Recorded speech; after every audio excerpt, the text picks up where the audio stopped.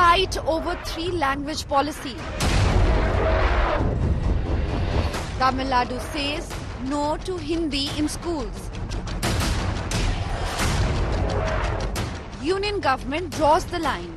By not implementing NEP 2020, we are depriving our students, teachers and parents the global opportunity, the pan-Indian opportunity.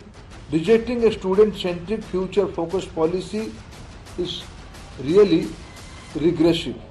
Chief Minister Stalin lashes out at the centre. இந்த திட்டத்துல கையெழுத்து போட்டாதான் 2000 கோடி ரூபாய் கிடைக்கும். 1000 கோடி ரூபாய் பணம் கிடைக்கும்னு சொன்னாலும் நாங்கள் கையெழுத்து போட மாட்டோம். BJP hits back at Stalin.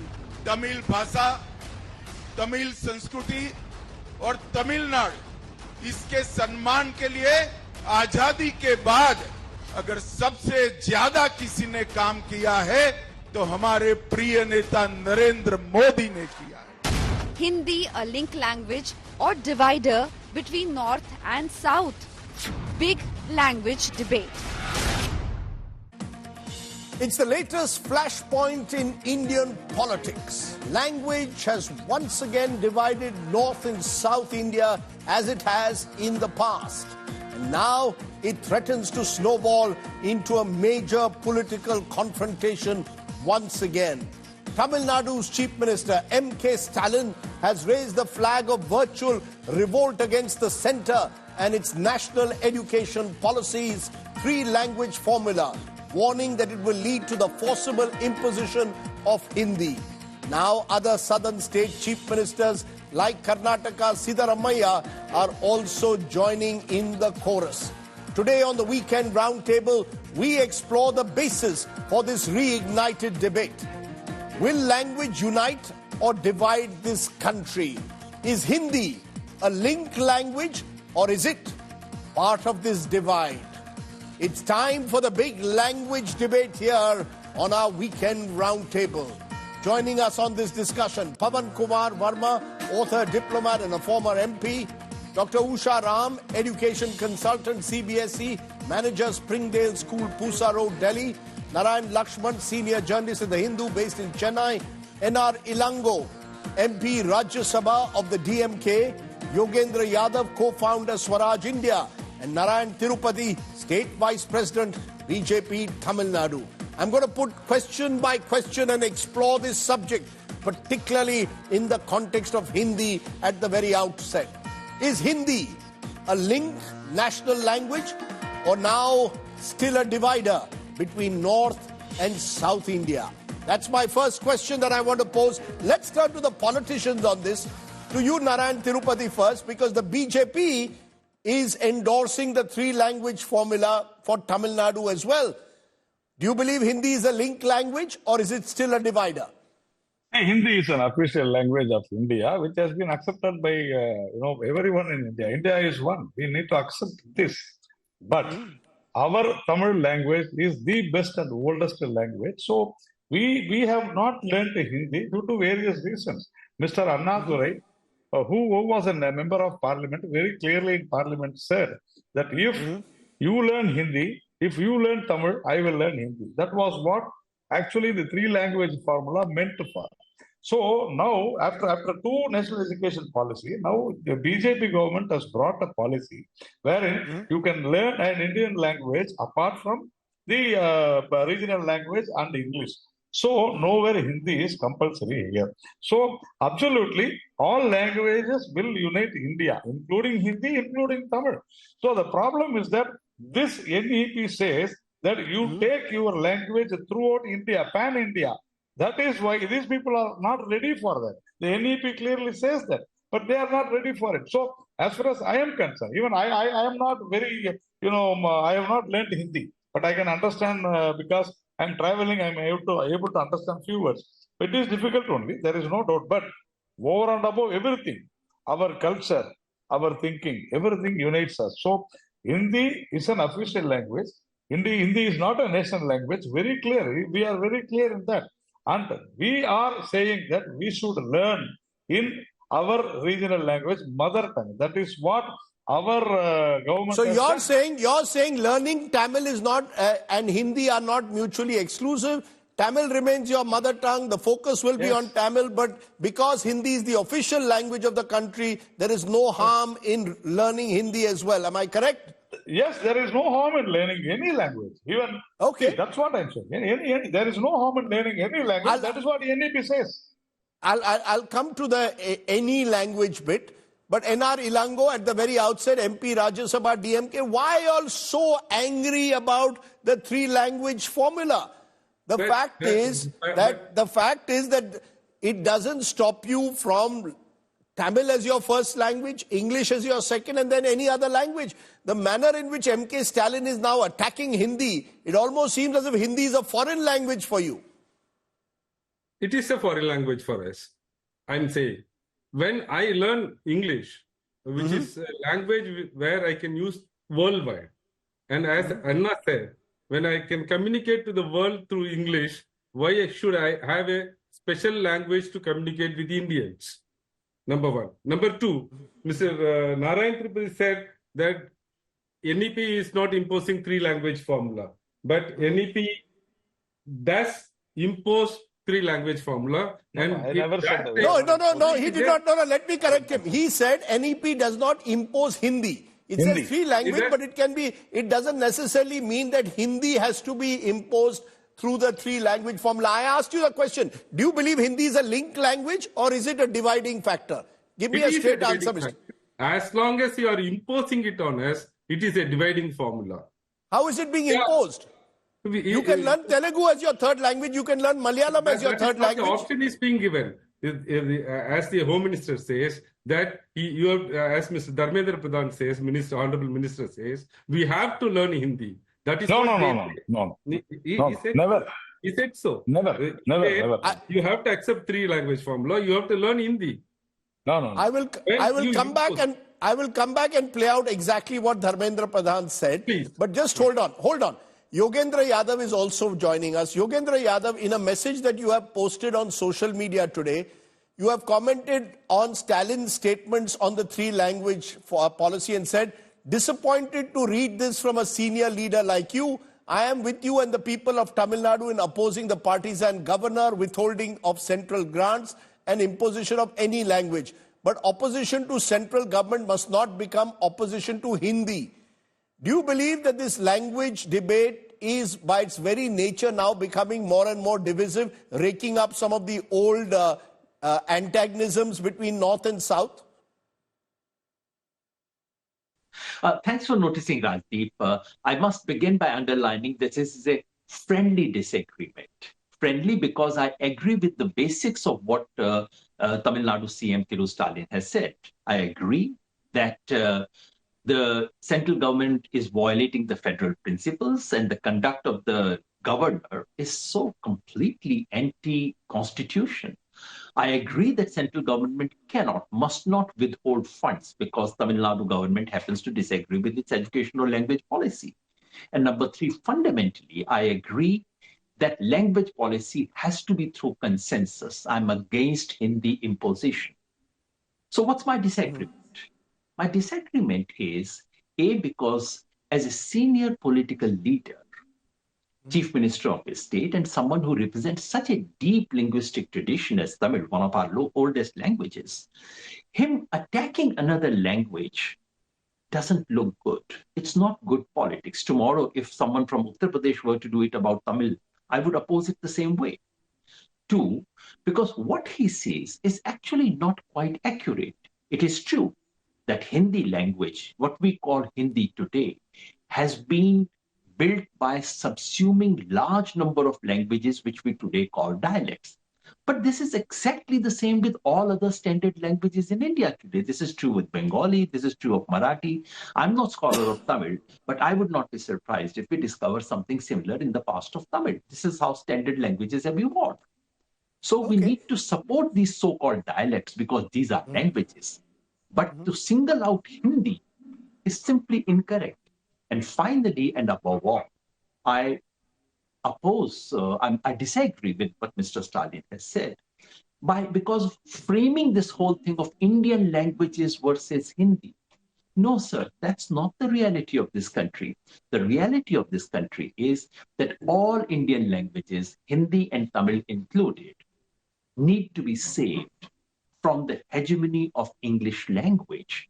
Why don't we talk about it? So yes, I fear that it becomes a question of Hindi or anti-Hindi. Unfortunately, the entire language politics of this country get reduced in two binaries. On the one hand, people who say Hindi is the national language, which it is not. This is nowhere in the constitution. And on the other hand, this Hindi bashing. We have to have a more careful, constructive way of promoting multilingualism in this country.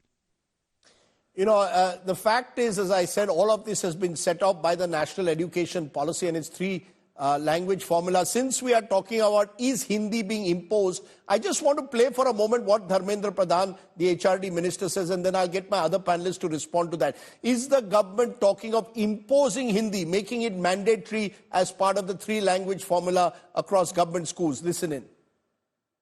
What is wrong if a student in Tamil Nadu will learn multilingual, come to the multilingual aspect in his study? It can be Tamil, it can be English, it can be other Indian language. There is no imposition of any Hindi or any language on them. Some friends in Tamil Nadu are doing politics, but certainly Government of India is committed to implement NEP, and there are certain conditions with NEP. You know, there you have it, Mr. N.R. Elango, the minister is making it clear. You can learn any language. But then NEP says that all efforts will be taken that in non-Hindi speaking states, Hindi will be developed. I'll read the particular portion. That's in Roman page number 13, in the introduction part of NEP itself. It says that, just a second, I'll take that. While you look at that page, let me just go to Narayan Lakshman. Narayan Lakshman, how did you understand this? Senior journalist there of the Hindu, how did you understand it? Is it imposition of Hindi, as Mr. Elango is suggesting, or is he fear-mongering? Look, Ashif, I think the key point here is the distinction between what is on paper and what happens in reality, empirical reality. 32 states have chosen Hindi as their third language, and I think about 8 have chosen Sanskrit as their third language. Total of around 16 states, have chosen Sanskrit. 16. 16. So out of this, there are only 19 states that are actually purely Hindi-speaking, Hindi-dominant states. So the question that this begs is, even if you are on paper or in theory saying we will not insist that Hindi is the third language, it could, hypothetically, in the case of Tamil Nadu, could be Malayalam or Telugu. What happens in reality, and what are the forces that end up deciding what that language is? And then, we'll come to this probably later in your discussion. How does this link to the actual politics on the ground in this state? It's not just a pure coincidence that Tamil Nadu is the state which has picked up this issue for a fierce debate.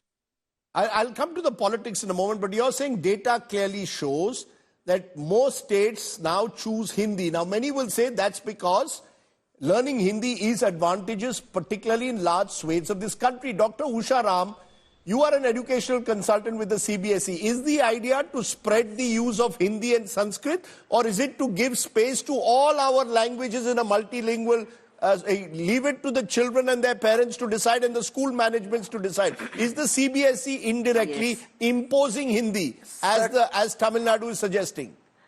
No, sir, no, Raj, there's nothing.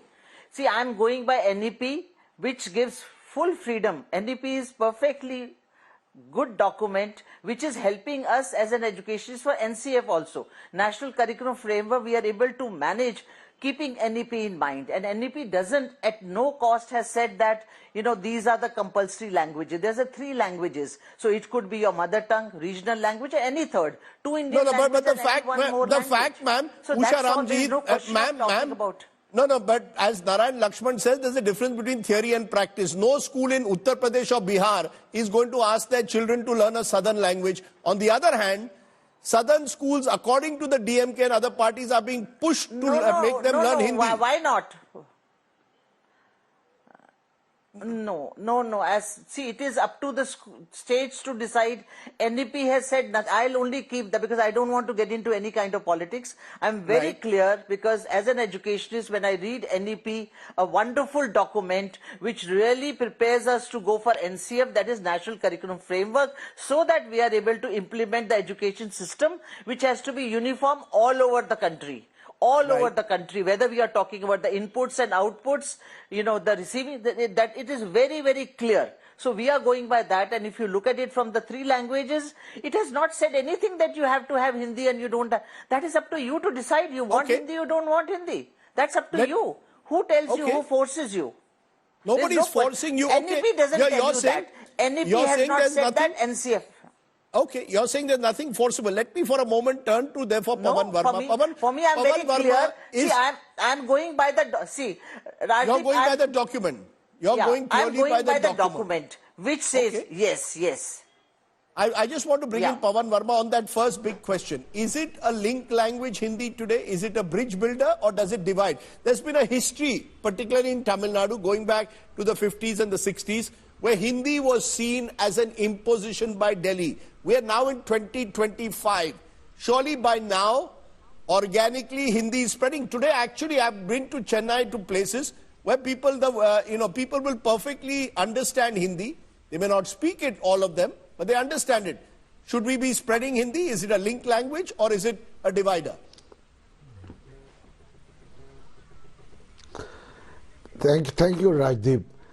No, I don't believe it is a divider, nor do I believe it is as yet a link language.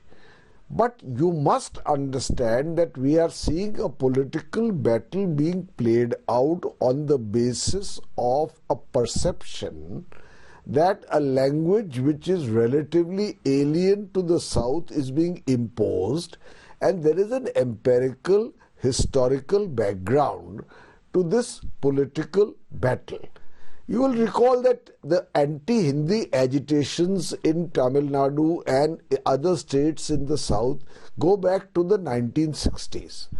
Now, the perception is, even if it is not the policy, that there is an attempt to somehow underplay what is also an equally ancient language, which is Tamil, and of course the other South Indian languages, by the imposition of Hindi, and the reasons for it are entirely different to the linguistic debate. If you give me 2 minutes, I'll try to explain this to you. You see, first of all, in the South there is a perception that there is a preponderance of Hindi-speaking leaders running the country. Then there is the looming delimitation exercise which worries the South. Then there is the fact that in the South there are many states ruled by opposition governments which have been targeted, including by transparently hostile governors. Given this fact, and of course the agencies that the central government has often used against opposition states in the South. You will recall, Rajdeep, that the DMK leadership was attacked for making what appeared to be anti-Sanatan Dharma remarks by a Hindi-speaking leadership in the north, when perhaps Tamil Nadu and the south has been the greatest repository and crucible of Hinduism. Anyone who travels in the south can know that. Now, with this entire background, you have to understand that India has retained its unity not by aggressive inflexibility, but enlightened compromise. And if that is the case, I believe the central government's attempts, even if perceived in the South to be akin to imposition, must be played down. In fact, what may surprise you is that in spite of this perception, the largest number, and please have this fact checked, the largest number of non-governmental centers teaching Hindi are in Tamil Nadu. Gradually, Hindi is becoming a national language. It may be in the form of English, but equally the perception in the South is that while we are perforce learning Hindi, who is learning Tamil in the North? Who's learning Telugu or Malayalam in the north?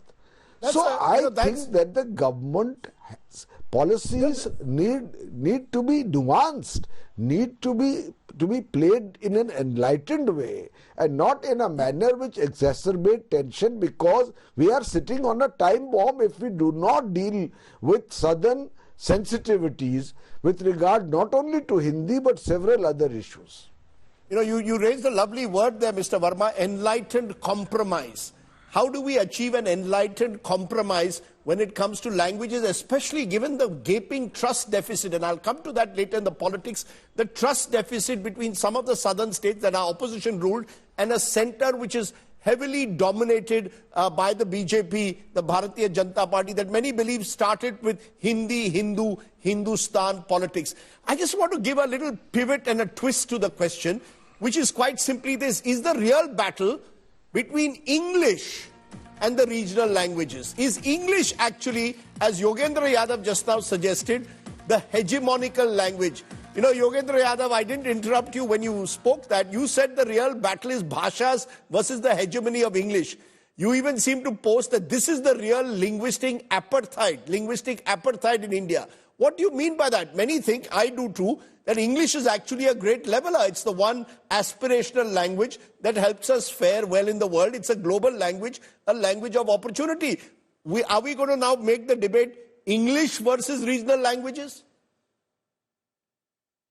Rasdeep, just as I would not want people to attack Hindi as a language, I would not attack English as a language.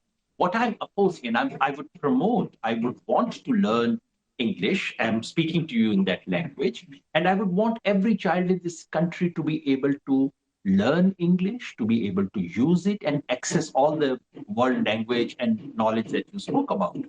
My problem is English displacing Indian languages. My problem is in English becoming a medium of instruction for which there is no pedagogical evidence to support that. Every pedagogue, everyone who works on language, everyone who works on brain, everyone who works on multilingualism tells us that children should be educated in their mother tongue. So yes, children in Tamil Nadu must be taught in Tamil. Who is displacing Indian languages? It is not Hindi. Take Tamil Nadu. How many students studied in Tamil medium, say 30 years ago, and how many students study in Tamil medium today? Much less. Is it because they are now studying in Hindi medium? No, sir. It is because English and the dominance of English. So I do not oppose English language. In fact, it's a great window to us for world literature. What I oppose is A, English displacing Indian languages, and number two, this obnoxious practice of English medium education, mostly in schools where the student doesn't know English, parents do not know English, and even the teachers don't know English. Contentious what you've just said, but let's try and develop that. Are regional languages losing out to Hindi or English? My question is, are they losing out to Hindi or are they losing out to English? Mr. Ilango, you know, the DMK seems to believe that Tamil will lose out to Hindi. The truth of the matter is a lot of young people in Tamil Nadu go to private schools where they learn English. If anything, Tamil is losing out to English. Yogendra Yadav has a point. Why make Hindi the bogey? It is not Tamil is losing to English. The opportunities worldwide is available in English. See, especially the higher education like engineering and medical field, we don't have much of Tamil language books, and even in Hindi, we don't have good books for medical and engineering students. No, so parents want to teach in here. Parents want their children to learn in English. English is the real the language to which Tamil is losing out to. It's not the language. It is the specialization of the language to go to the better education, namely the professional courses, in fact. That's why they choose English, number one. Number two, any parent who is sending his child in Tamil Nadu to English medium will insist that child should learn Tamil, and proficiency in Tamil will be a pride of every parent. They don't. Narayan Tirupati, do you agree with that? Do you believe No, that, where is Tamil losing out? Do you believe in the first instance Tamil or any regional language today is losing out either to Hindi or English? I can learn all three. I went to a school where the medium of instruction was English. Just a minute. I went to a school where the medium of instruction was English. I learned Hindi right up to class 10 and I learned Marathi up to class 8. I was trilingual as a result. I learned. Yes. I'm sorry, Mr. Narayan. I learned only one thing. Yes. Sir, Tamil Nadu's culture is way back 3,000 years or 2,000 years ago. We had trade with every part of the world. We had everybody used to come here. We had trade with everybody. Never ever any language sideline Tamil. Correct? So we have. So why do you fear it today? No, so why do you fear it today? Why are you fearing it today? If it hasn't happened for 3,000, then that you're playing on fear. Honest. The question is imposition. Let Narayan Tirupati. Yes, go ahead, Narayan. I just have three issues. Number one is that your main question was whether it is Hindi or English. See, I'm telling you, in the last say around 10-15 years. After 2009, market after 2009, when DMK rule was there, there was only around 500 CBSE schools in Tamil Nadu, whereas now it is 1,625 as on December 2024. Why? See, this is because of the DMK's very bad education policy, and Tamil Nadu is the third highest CBSE schools which teaches third language. After Delhi and Haryana, Tamil Nadu is the third highest CBSE schools what we have, and that is because of DMK's bad policy. Now the two language policy, they say it is. Sir, let him finish. I will definitely tell you, sir. I will definitely tell you. See, now we have to understand this, that because of DMK's Samachir Kalvi, the parents opted to go in for CBSE schools. And the government also gave no objection certificate. That is the reason CBSE schools came like this. And as far as the higher education is concerned, Mr. N.R. Elango was telling, my friend, he was telling that, it all related to the professionals. No. Even in Karnataka, there are colleges where the learning language will be taught in Kannada, even in Kerala. But in Tamil Nadu, there is not even a single student learns through Tamil. Please understand. And yes, sir, 100%, yes. No. See, you tell me any college which teaches in Tamil language. No, it is not. But that is true. One minute, sir. That is, sir, Narayan Tirupati, that is true of large parts of the country. As you travel, just a minute, sir. Sir, as you travel across this country, you're finding English is becoming, just a minute, English is becoming, just a minute, sir. English is becoming an aspirational language across the board. Narayan Lakshman, do you agree with that? That, this battle is being made out to be, 1 minute, sir. The battle is being made out to be Hindi versus Tamil or Hindi versus regional languages. Is the real losing out, even in the Hindi heartland? Actually, Hindi gradually is losing to parents who want their children to learn in English, including politicians who espouse Hindi. Rajdeep, let me finish. No, let Narayan finish. I'll come back to you, Mr. Tirupati. Yeah, I think you've touched on very important. Rajdeep, can I come in on this? I'll let you come after Narayan Lakshman. Please, Mr. Lakshman, go ahead. Yes, I was just saying you have touched upon a very important dimension, which is that this language debate very much relates to livelihoods and jobs and the skills that it takes to get those jobs. So let's also look at this whole question through that lens. To answer your question, I don't think Hindi is being displaced at all. I think Hindi is being propped up, and there are very, very strong, proponents of Hindi across the northern belt in the political circles. That's never going to go away. You don't have that level of support for any of the other languages in the south, for example. I also include Bengali, West Bengal, because every language is there, contained within the boundaries of a state, more or less. The dominant speakers of that language are more or less within. They don't have the voice today, especially in today's politics, to kind of push their voice up to the level where Hindi is. Now, this bigger question there is, how are the Hindi-speaking states faring economically? Why are we concerned about the delimitation exercise? It is because there's also economic disparity, right? So is Hindi actually proving to be a language which leads to economic success, job success? And therein, you can easily answer the question about English as well. English, whether you like it or not, whether you call it names and you say it's a Western, it gives you Western ideas, it's corrupting Indian culture, you can go however far you wish. It is, unfortunately or fortunately, the language which is linking largest parts of the world in terms of economics, in terms of jobs, in terms of investment.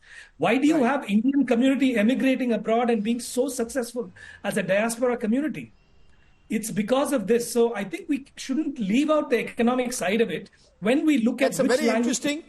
That's a very interesting point you make, and we'll look at that decline of the Hindi heartland in a moment. May I Pawan Verma, as someone who comes in from the Hindi heartland, go ahead. Rajdeep, I wrote a book some time ago called Becoming Indian, which is largely devoted to the question you raised, whether English has become the real problem, whether it's Hindi or it's Tamil. It's a very important question. First of all, English has a utility because languages at one level are a means of communication. However, I fully agree with Yogendra Yadav when he says that our preference for English as against our mother tongues have impoverished our mother tongues and led our young adrift from their own cultural moorings. I'll tell you, people today, if asked a question in their own language, will reply in English just because they don't want to have the label of inferiority that they cannot speak English. You know, Atal Bihari Vajpayee once quipped that it is a myth that the British left India as a result of the freedom struggle. They left because they could not bear any more the mutilation of the English language. Badly spoken English or shoddily spoken English cannot become the mother tongue of a country which is so linguistically rich as India. So there is a question that is important here. The real issue before us is that this process of assimilation between languages across the barriers of the north and south was happening on its own. India was becoming from a salad bowl into a melting pot on its own. More people were learning to speak a language in which they could communicate other than English, right, on its own. The real danger to the language issue is the evangelists, the Hindi evangelists in the north and the evangelists of languages in the south who are using language for a political reason. And therefore, I plead to them to please do not make language an issue. Yeah, you know, let me make that, I'll come to you, Dr. Usharam, in a moment, but let me make that the key question to the two politicians for a moment, both of the DMK and the BJP. Is language being used as a political weapon? Mr. Ilango, the charge is you all want to emotionalize the issue. There are elections in Tamil Nadu next year. That's why you've raked up the language bureau bogey. This is classic fear-mongering. It is classic political fear-mongering. Most Indians organically are learning more and more languages. I migrate from one part of India to the other. I learn the language of that state. I've come from Maharashtra to Delhi 30 years ago. I've learned Hindi. Yeah. I'll go by point by point. Number one, we are not against any language, including Hindi. We respect every language. As we respect our language, we respect every language. Number one. Number two, what Mr. Yogendra Yadav said, a friendly advice to our CM, that we don't say the Hindi has assumed all other languages in a bad sense.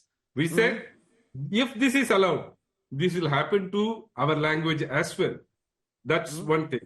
Three, the Hindi is imposed on us because as you played part of the education minister's speech, he says, unless you agree on NEP, we will not release your share.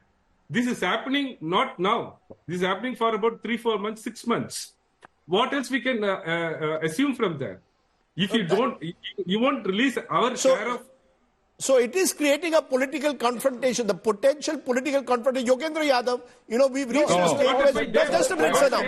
I think I need to Yeah. Mr. Tirupati, I'll get you in a moment. But since Yogendra Yadav was mentioned there by Mr. Ilango, Mr. Stalin says he's ready to fight a language war if needed. That's the kind of messaging. What would your message to him be at this moment, given the sensitivities involved in language? We've seen language wars in the past that have resulted in violence. Hopefully, we've gone beyond that. But what would your message be to MK Stalin, Yogendra Yadav? I would say to Thiru Stalin, welcome. And yes, who better candidate to fight a language war than Tamil, one of the oldest, one of the richest languages of this country. But don't fight it against wrong enemies. Hindi is not your enemy. Other Indian languages are not your enemy. Some over-enthusiastic persons may try to project Hindi. They might try to impose Hindi. That's not a serious stuff. The real thing that all of us, Hindi, Tamil, Bangla, Assamese, all of us put together have to understand and take on is the hegemony of English. And that will not be taken on simply by opposing English. We have to cultivate and develop Indian languages in a way so that it reaches the same level that English has, the manner in which the Japanese did it, the manner in which the Koreans did it, the manner in which the Chinese did it. That is the kind of thing we need to do it. Welcome to language war, but a language war of a constructive kind. Mr. Narayan Tirupati, you've been wanting to jump in. Please jump in. Yeah. You've heard, is this a war now? Is this a war about politics, about winning the elections next year? Just give me. No, Mr. Ilango, let him speak now. Mr. Ilango, please let Mr. Tirupati speak. Just allow me to talk uninterrupted. Please go ahead. Number one, the present issue is not the policy of Tamil Nadu for Tamil people. The DMK government says it is the policy of Tamil Nadu, whereas 50% of the students are learning a third language. So all are Tamils. Even CBSE students are Tamils. So you cannot say, it is a policy of Tamil Nadu. It is a policy to suppress the poor rural government students. Number two, this NEP gives a very big scope for taking Tamil throughout the pan-India, throughout India. Bharatiyar once said that Tamil say, the Tamil should go to entire world. So now what we say, the NEP says that Tamil, it has given an opportunity to take Tamil to all this day. That is what Dr. Usha was saying. No, Mr. Tirupati, please tell me. 1 minute. Mr. Tirupati, 1 minute. No, Mr. Tirupati, answer this. Your party is often seen as a party of the Hindi heartland. Are BJP ruled governments, for example, in an Uttar Pradesh or Rajasthan, going to promote any southern language? Be honest. Sir, that's the reality. Nobody's going to teach Tamil, Telugu, Malayalam there. Mr. Rajit, please understand. Please read NEP fully. That is what I said. There is an opportunity. That's the theory. Practice. Sir, what's the practice? Please, sir. Practice what we practice. We have to practice. We have to start new. Why don't we start fresh? We have to do it. That is what Can you give me an assurance that any BJP ruled state will promote a southern language? Any Hindi heartland state will promote a southern language today? In Haryana, Tamil was the second language. In Maharashtra, there were a lot of Tamil schools.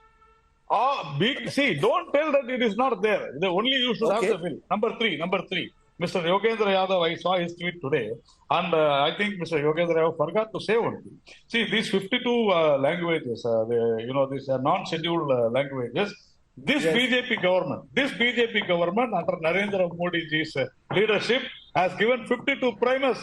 We have taken, in these languages, non-scheduled languages. And again, I'm telling you, he was asking whether there are books in medical. Yes, Mr. Amit Shah had very clearly said that all states should start writing books on medicines and engineering. What is wrong in it? There is nothing wrong. You do it. This is all in principle. It's not happening in practice. But just a minute. Just a minute, sir. Sir, I've heard you. Yes. One thing. He was talking about funds. PM Shri and Samagra Shiksha. These people have misused these funds for the purpose not given to them. I'm telling you, I'm very categorically telling you. That is why you made your point. They also accepted Mr. Tirupati, I've heard you. NEP. But now they are refusing. I've heard you. Sir, I've heard you. Let's therefore again pivot and ask Usharam the question that I want to make my next question. Should the focus be on education, improving the quality of education, instead of just focusing on which language will be spoken? Dr. Usharam, the concern is many schools today, and an ASA report suggested that many students, even in class 6, 7, 8, don't know proper division. Those are the real issues, surely. Improve the quality of education instead of getting into this language war. Do you agree? I fully agree. See, that's the reason we are talking about, in our NCA, we are only talking about how much we are giving to the children, what we are able to take out from them. So the language is all right. See, it's a need-based. For example, there are people who go from north to south, they learn Tamil and Malayalam, and they learn that because it's need. And when they come from there to this side, they learn Hindi. So to my knowledge, language is only a need-based subject. Mainly we should go for the other subjects which are very, very important. And as you said, the children are not even aware of all that. And that at least NCF will make it very clear, because we are asking for all those details. The child must know this much up to class 2, up to class 5. No, language is not a need-based subject. Now it's clear. It's given. Yes. Okay, let me bring in Pawan Verma. Pawan Verma, you want to make... Because people need it. No. Okay, Pawan Verma, you want to make a quick point. Jump in, please. No. First, two quick points. First of all, I do not see language as only a need-based requirement. Language is a window to your culture, to your folktales, to your history, to the roots of your background. The poetry, the whole, language cannot be just a means of communication. So therefore, the need to preserve languages are linked to the need to preserve cultures. If subcultures feel threatened by the hegemony of another kind of culture, which are all part of one civilizational unity, which is India, which I strongly believe. Bharatvarsh is one. But within that, there are differences. If you don't treat them with sensitivity, or if there is a perception that one kind of culture is being imposed on the other, which is equally ancient and authentic, that's where the problem arises. No, but can policies, Mr. Verma, be made on perceptions? No, but Mr. Verma, can policies on education be made on the basis of perception? No, therefore, the answer to your question is, there is a problem also in center-state relations, Rajdeep. Exactly. The Samagra Shiksha Abhiyan funds, if they are not given to certain states in time, and to certain states well in time, where there is a perception that states not speaking a particular language or proponents of another, they never said. Then you are playing with the federal structure of this country. And there have been allegations of funds being withheld. Okay, 1 minute. Narayan Tirupati, it's boiling down to a trust deficit. BJP, 1 minute, sir. The BJP is seen as a dominant party at the center, imposing itself on the south where you don't have the same kind of presence. That's creating a trust deficit. There's a sense that is why many of these states are saying we're not getting adequate financial resources. We are losing out even though we are economically progressive. Now they're raising again the language issue. There's a trust deficit between Delhi and the southern states, and it's affecting our federal character. Delimitation is also being raised. Do you agree that's the problem? Amit Shah and Narendra Modi need to bridge the trust deficit first, Mr. Tirupati. See, Mr. Rajput, I'm telling you, the Samagra Shiksha, very, very clear. The DMK government, through the Chief Secretary of Tamil Nadu, accepted that they will sign.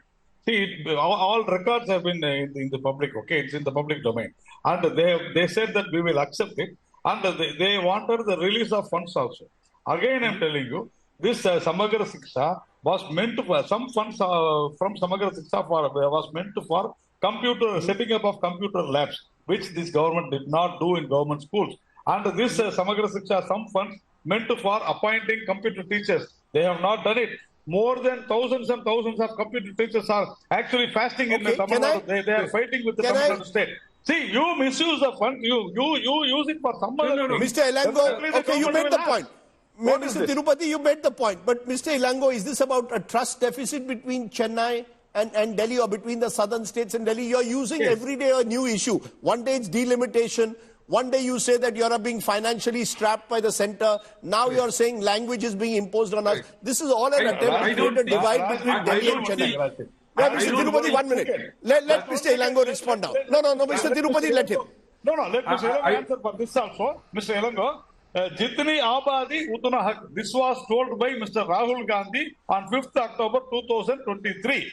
It is Rahul Gandhi and your India Alliance which said that the proportionate to the population right should be given. And it was Mr. Modi who said that if this is implemented, the South will lose 100 seats. Not Mr. Amit Shah or Modi. It is only Rahul. Okay. Let Mr. Elango respond now. Mr. Elango, are you trying to prey on irrational fears between Delhi and the southern states? Are you effectively saying you are not being given the autonomy you want? I don't see, or we don't see, all these issues are independent. All are connected. The delimitation, the imposition of Hindi, non-releasing of funds, what are due to us, are all one connected political issue being done by BJP. They want to suppress the southern states. Mr. Narayan Tirupati says that we have not implemented some of the policies in the Samagra Shiksha. But once he becomes a minister, he can say that. As on today, no such allegation has been made by the union government. They say, you have not implemented NEP, three-language policy, we will not release the fund. That's the only reason they are giving. So what Mr. Tirupati says is wrong. Sir, that is for PMC, sir, not for Samagra Shiksha. Please understand. Okay, Narayan Lakshman, do you see a brewing conflict between Chennai and Delhi, or indeed between the southern states and the northern states, whether it's delimitation, which could happen after the 2026 census, whether it's now the language formula, whether it's potentially 16th Finance Commission, how much of monies will be given to the southern states? Are we seeing an opposition-dominated south versus a BJP-dominated north binary being created? Absolutely. As they say in literature, never the twain shall meet, because they are completely at loggerheads in terms of their vision for India, how to govern India, and what India's culture, identity, and politics should be all about. There is one party, the BJP, does dominate the north, and it has a certain view. I mean, let's not beat around the bush. It drives Hindutva politics, and they have very clear tenets that they are pushing. I'm not saying it's right or wrong, but that is their view. Similarly, there is no single party as such that represents the South. That's an important point. I mentioned this earlier too. The fragmentation aspect, which impacts the language issue, also impacts the politics. So why did everybody, kind of critique the India grouping to say, it'll never hold together when it was first announced? The reason is, while they all have these are all strong regional leaders and they come from parties with a phenomenal track record of governance in their own states, in their own styles. Each of them had a unique way of governing. They only represent that particular state. So they're not able to speak with a single voice. And you can look at it through the lens of language as well. So it is unfortunately a massive chasm, which is going to be very difficult to bridge for generations to come. Which leads me to my final question. Is multilingualism the way forward? Ultimately, we are a country with so many languages. Should we therefore be encouraging students to speak in as many languages as they can? Yogendra Yadav ji, many believe that in this three-language formula, it's easier to promote Hindi, but it's not a level playing field. Other regional languages will stand no chance to be taught as a third language across India. In that sense, is this national education policy only paying lip service to other languages, or is it encouraging multilingualism? This may be a legitimate fear and needs to be addressed. Now, I do not see why in Tamil Nadu it should not be easier to teach Malayalam, Kannada, Telugu as the third language. There are so many speakers, there must be so many teachers available. We can do it. Similarly, in other parts of the country as well. So to say that any insistence on a third Indian language is from the back door an insistence on Hindi is not true. And I must say one thing.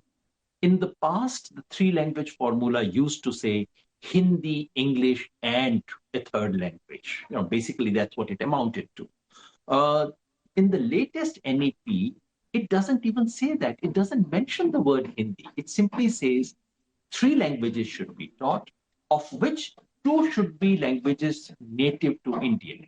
I think it's a very fair formula, as long as bypassing this through classical languages like Sanskrit, etc., is not allowed. 2 modern Indian languages should be replaced. This is a multilingual country. We have always learned multiple languages. That needs to be nurtured and promoted and supported in schools, not just in. Usharam, from a CBSE perspective, is that the way forward? Multilingualism the way forward according to you?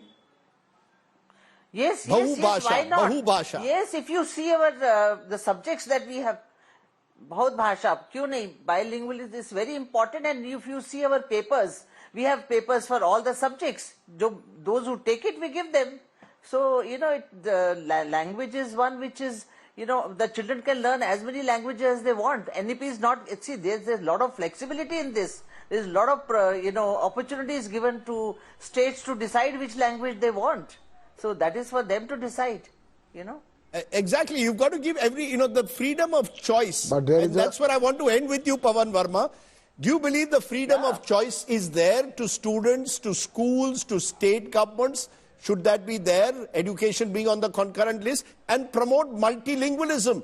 Isn't that the strength of this country, the variety of languages? Linguistic diversity should be our strength rather than dividing us. Precisely, but the 3-language policy promotes multilingualism. But the real problem is that the NEP has many plus points. The NEP has many plus points. But for God's sake, I urge the government to focus on the education which allows us to give respect to our languages. A survey of the government shows that students in class 5 cannot read the script of their mother tongue, leave alone any other country of class 2. How are we going to produce a literate, linguistically rooted, educated youth if their current level of education is so poor in the state of Bihar, for instance? If there is a school, there is no teacher. If there is a teacher, there is no school.